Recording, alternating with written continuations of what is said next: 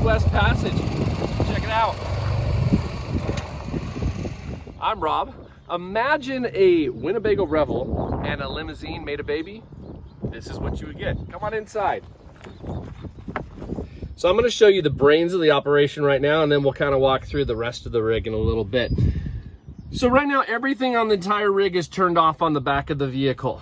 You have no power to your pumps, you have no power to your lights, you don't have power to anything.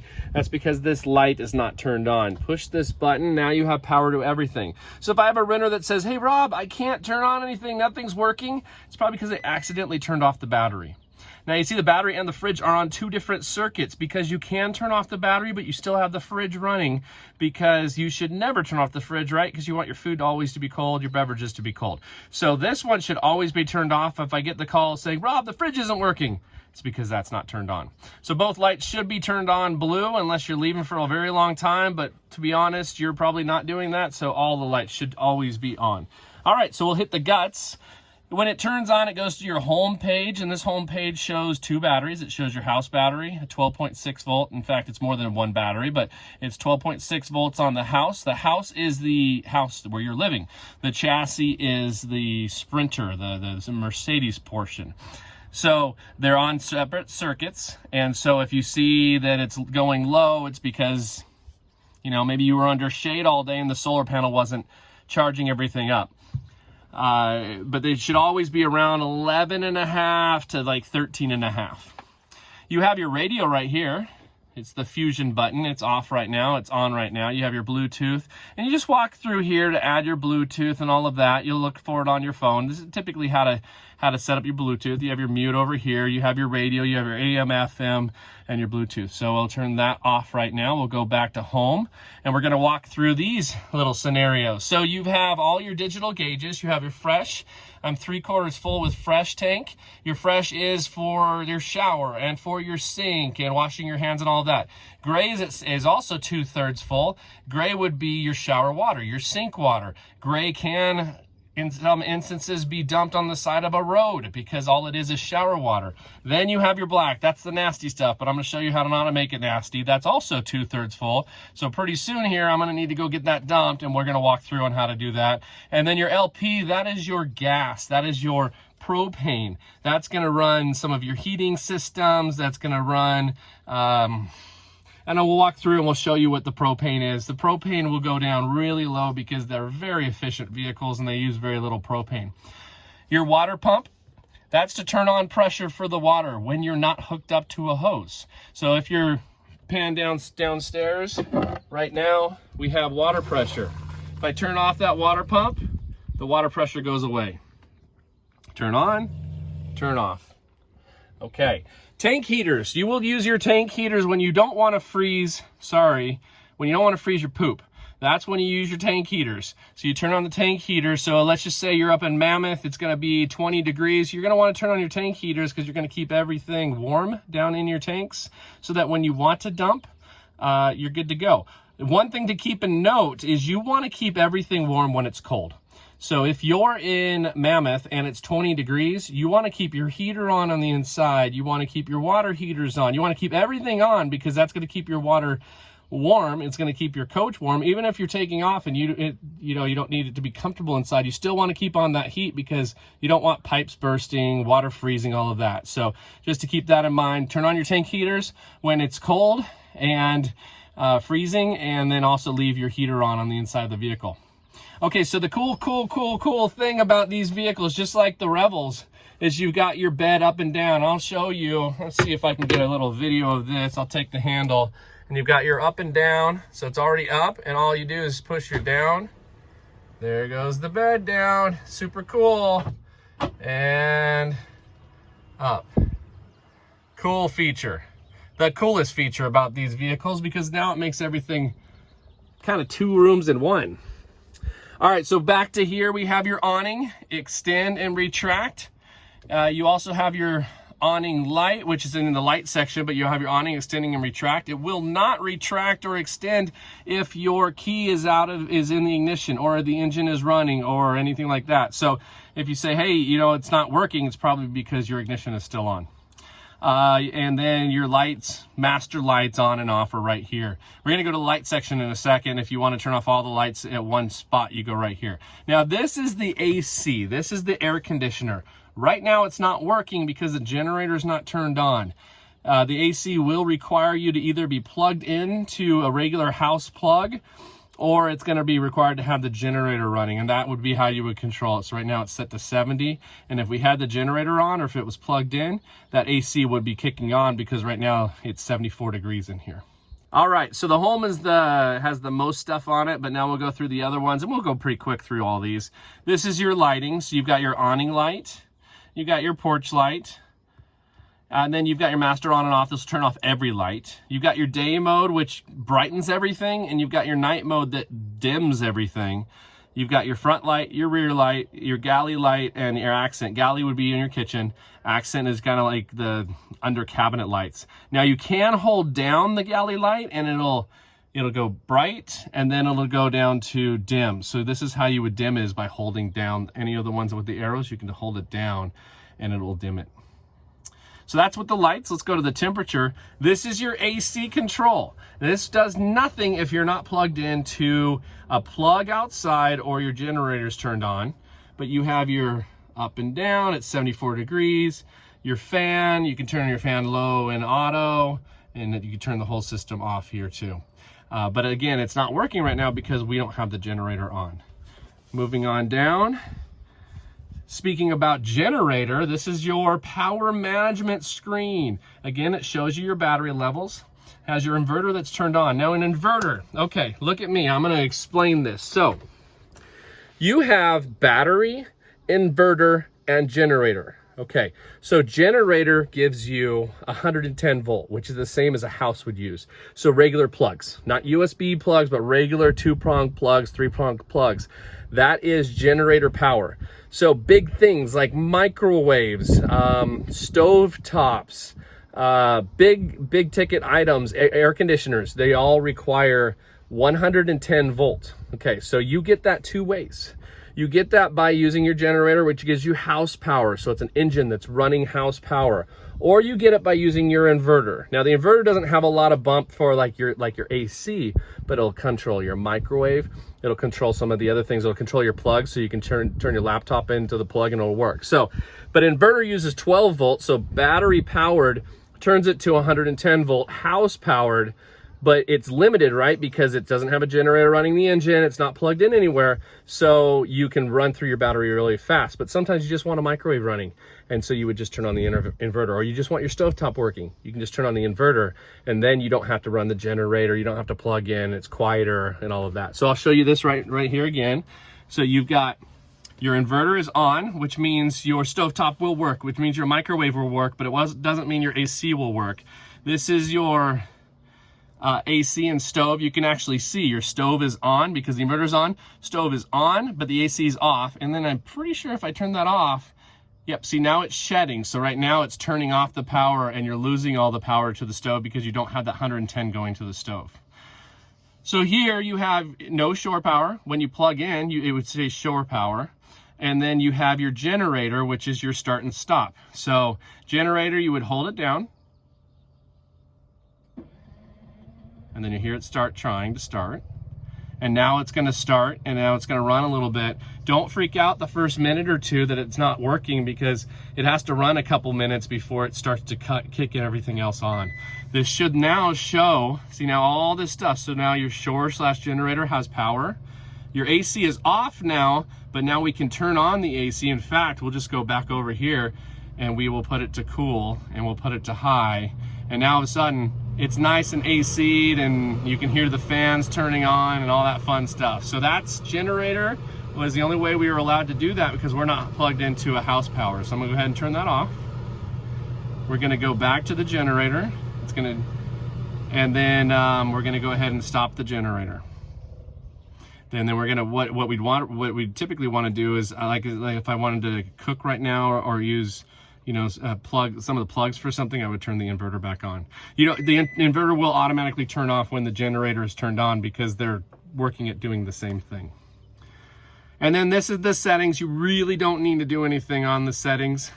That's that's when things go wrong, then you'll call me and I'll walk you through it. But this settings really doesn't control anything that you'll need. And that's the brains. There's a few other little things like up here. You've got your energy power. It shows you how things are charging and all of that, your battery monitor. And then there's a couple other controls. In fact, let's go down here, down below. Right here is your hot water heater. Right now it's turned on. The water is at 110 degrees Fahrenheit. You can turn it up, turn it down. And then in order to conserve propane and everything, if you don't anticipate needing hot water, then just go ahead and turn it off. Because it's like a hot water system, it's always keeping it hot even if you don't need it. That's about it in the front. We'll walk through the back. So the Midwest Passage is based on the Sprinter diesel engine. The diesel engine also runs, or at least the diesel tank also runs the heater on the coach side. So at night when you want to stay warm, it's using the gas tank from the Mercedes to keep you warm. So you want to make sure before you go to your campsite that you have some gas in your fuel. Your fuel is full, or fuel is half, or at least a quarter. Otherwise, it'll turn off because it doesn't want to. The vehicle doesn't want to leave you stranded. So just make sure you put in diesel, of course, diesel in the engine of the vehicle so that you can run the heater. This is how you control your heater. So you'll press the button down because it's turned off right now. So right now, the ambient temperature in the rig is 74 degrees. Now, if you press it one more time, this is where you'll control your heat. So you can turn it down. They are very efficient. If you're comfortable with 65 degrees, you'll probably set it to 60 degrees. If you're comfortable with 70 degrees, you'll probably set it to 65 because you do get fairly warm. But that's basically the only thing you have to do to keep yourself warm inside. Now, to cool you down, I know the Revel, which is a very popular platform, does not have an AC on a lot of their vehicles because the MaxxAir is so efficient. This is your fan, this is your vent, and it'll suck a crazy amount of air, hot air out of the vehicle. So if you're in a place where you don't want to run the generator, where you aren't plugged in, this is your lifesaver because it'll pull out a ton of power or a ton of heat out of the vehicle. Sometimes you want to open a window because it's pulling so much air out. Fan on, fan off, vent closed and open. And you know, it's self-explanatory. Just press buttons and get it to go. You have your light down here. This is the bathroom light. Remember how I said the plugs on the lights are all separate, and this is the only one that has its own dedicated switch because you don't want somebody else turning off your light for your bathroom. That's an important switch to have. So this one, you have your manual right there. Speaking of bathroom, let's walk into the bathroom real quick. This is a cool rig because it has a double open bathroom, gives you a ton of room. Let's see if we can kind of move it around. Perfect. Let me squeeze on in here. For a van, this is a cavernous shower room. I have never seen in a van a shower room this big. Normally you're kind of maneuvering around the toilet and there's no room and there's no sink. This has a sink, it has a toilet, it's a pretty impressive shower room. You do have your curtain, keep some water out, but basically it's very simple to use. This is your shower head, this is your on and off. You have a little place that you can put it here, or if you're a big guy like me, you might want to sit on the toilet and go European and wash yourself that way. But this is your controls, hot and cold. This will also control up here if this valve is turned on. So these are your hot and colds right here. It's a wet bath, do not worry, soap can go everywhere. Close the doors clearly and use the shower curtain. But like I said, it's a pretty big shower in a van. It's pretty cool. Welcome to the kitchen. So you got your sink. We already kind of went over your sink earlier. I know that some people may think this is a cutting board. It's not. It is more of just a countertop. So please use the cutting boards. It will scratch with a knife. This is your induction cooktop. Now, a lot of people haven't used induction cooktops, especially in America. It's very common in Europe. Right now we have power on. This needs to have either the inverter turned on. Remember, we were talking about 110 volt, 12 volt. It needs to have either your inverter turned on, which turns a 12 volt into 110, or it needs to be plugged in to like a house or a outlet, or you need to have the generator on. Those three ways are how you're going to be powering this up. It also requires special pots that have metal on the bottom, not aluminum. So if it's not cooking for some reason because you brought your own pot, it's probably because you have an aluminum or copper or something to that effect, because it does require the metal to heat it up. But it's very efficient, but it also uses a lot of power. So if you're cooking a bunch, it's going to use a lot of power, especially in the evening. So basically you have your temperature you can set. I can't really see it from where I am. So you've got your heat, your temperature, plus, so right now it's heating, but right now it knows it doesn't have anything metal on it, so it's gonna be erroring out. But that's how you would be turning it on, setting your temperature and everything. And then you would just turn it off when you're done. And probably to conserve power too, if you're not using something that requires 110 volt, then you probably want to turn off your inverter, because your inverter will draw some power and it will be depleting your batteries. Down to the refrigerator, super efficient refrigerator. This runs off a 12 volt. You do not need any sort of generator. You do not need any sort of power source or anything other than the sun that is charging your batteries. You have a freezer up here. This is very, very cold. There's a dial way in the back. I normally set it to 6 or 7. If you set it to 9, it will probably freeze your water. Like I said, super efficient, but it's always on unless up here you forgot and you turned off your refrigerator button. So I think I've had one of my Revels for 2 years, and I don't think the refrigerator has ever been turned off. We always leave the refrigerator on. It's always gonna keep cold, and it'll keep the mildew and everything out of it too. And then you just have, little drawers here and there. Be careful, these things, they always break. I don't know why they haven't made them more robust, but just smooth on the drawer openings, closings. If you don't slam them, they're gonna last forever. And that is pretty much the kitchen. So the other cool thing about the Midwest Passage is you have the bed that goes up and down, but then they've already set you up with an entire place to sleep down here. We've had some inquiries where people have asked, can you sleep more than 2 people? Potentially yes. There's not extra seat belts. There's just 2 seat belts in the front. I know RVs don't really have rules about seat belts in the back.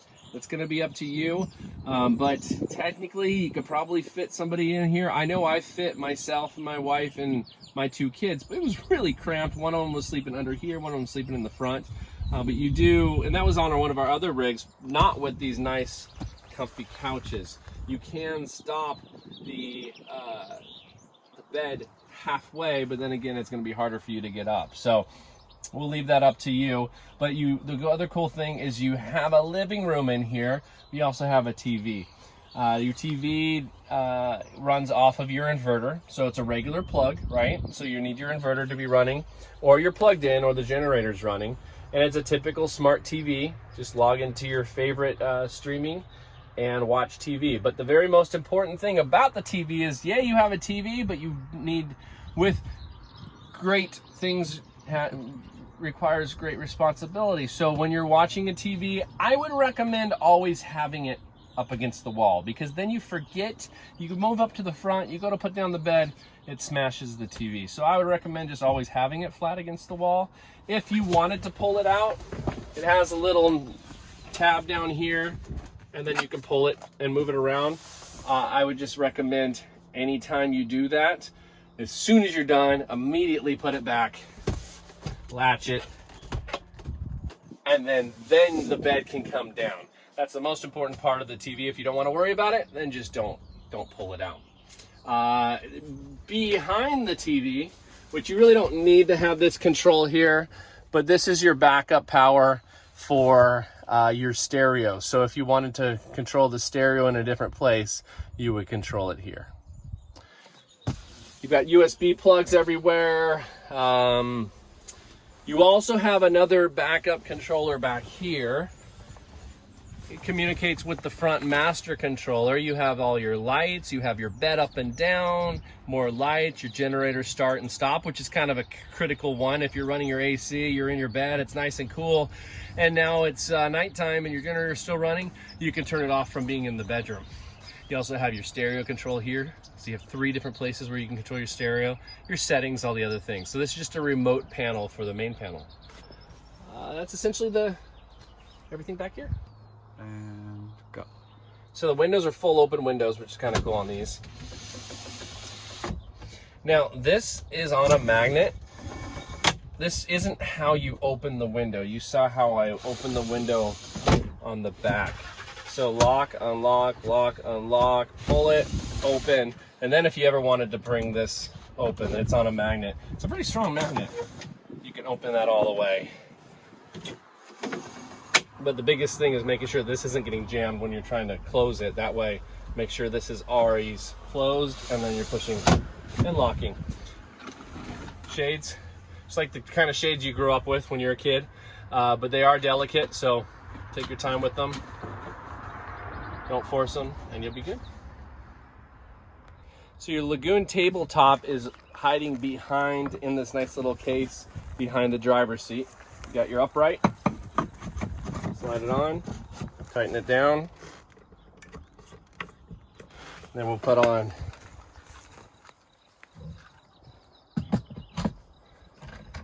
and when you tighten it, you can tighten it and then you can press the button, tighten, press the button, however you want to do it. Get it out of the way for the countertop, right? I'll loosen it because I want to spin it. There's the heavy part. Throw it on, tighten it, and you're all set. You can move wherever you want, tighten it. You can move it up and down, height-wise. That's your Lagoon. And then the opposite to put it back behind the driver's seat. Okay, we're finally to the exterior of the vehicle, which is the unfun part, your toilets and your dumping. Here we go. We're gonna walk around. The door is motorized. Do not try to pull it, just click it open. You can stop it wherever you want, and then you can close it, stop it. There's another button right here. Close, open. And then there's another button in the center console of the vehicle. Walking back, you have a little plug down here. Again, generator or inverter must be turned on for that to work. Coming around to the back, nothing to see back here. This is where you would hook up your power, your shore power. But let me show you where we keep that shore power. You have a little storage under here.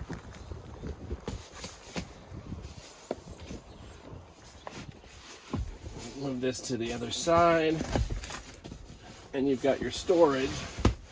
Down here you've got your plug, you got your water. This is the side that plugs in to that outlet. The other side would plug into a 30 amp at a campsite. So you come here, plug it in here, and then plug it into your campsite. All right, so here's your water control situation. You have your outside shower. The pump has to be turned on for it to work. I believe the pump is turned on. I'm going to turn on my hot water. And then you've got a little valve back here that controls it. So a guy like me who's a little bit taller, this is how I would shower. Turn off the water. So now here is where you won't need to do this because we flushed that out. So that's a service that's included to flush out the tanks. Some people decide not to deal with any of this because they're not going to be gone for more than a couple days. They won't fill up the tanks. That is also a service we provide. But in the event that you want to dump the rig yourself, I'll walk you through that right now. So you have your black and your gray. Your black is your nasty water. The black is your toilet. It'll fill up a lot slower than your gray. Your gray is going to be your sinks and your showers. Black valve, I'm not even going to play with it right now because I'm not dumping. However, I can open up the gray valve because the gray is just the shower. So you hold that down, you can hear the valve opening, And then once you hear it completely open, you'll turn it off. You have your hose that you'll retract. You'll put this wherever you want it. This is gray, so I'm not too concerned. I'm not wearing any gloves or anything. You have it on and off here. So I have it on, it's in line, therefore it's on.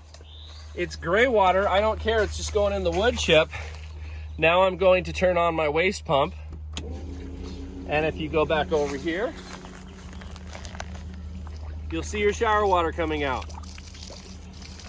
Gray water rinses black water. So when you're dumping, you typically will, not typically, you will always dump your black first, and then you'll dump your gray. So you'll come back over here. I'll turn off the pump. I would have my gray valve closed. I would have my black valve opened. I would turn on my waste pump and let the black completely empty. Then I would close the black valve, I would open the gray valve and empty the gray, because then that's gonna clean up all of the yucky that's in the hose. See, no hands, didn't touch anything. Just make sure that everything is secure when you're dumping everything. Now to retract this hose, you'll just press the retract button and then kind of feed it so that it goes kind of backwards and forwards so that it doesn't get bound in one place. You may have to do it a couple times if you didn't do it, but it looks like I got it first try. And that's your blacking and your gray. That's the yuck stuff, but it's not too hard. So to open and close, flip these open, twist them, pull them down. And just look to see how you're gonna be closing them. It's a lot easier than fumbling later on because they will go all the way around.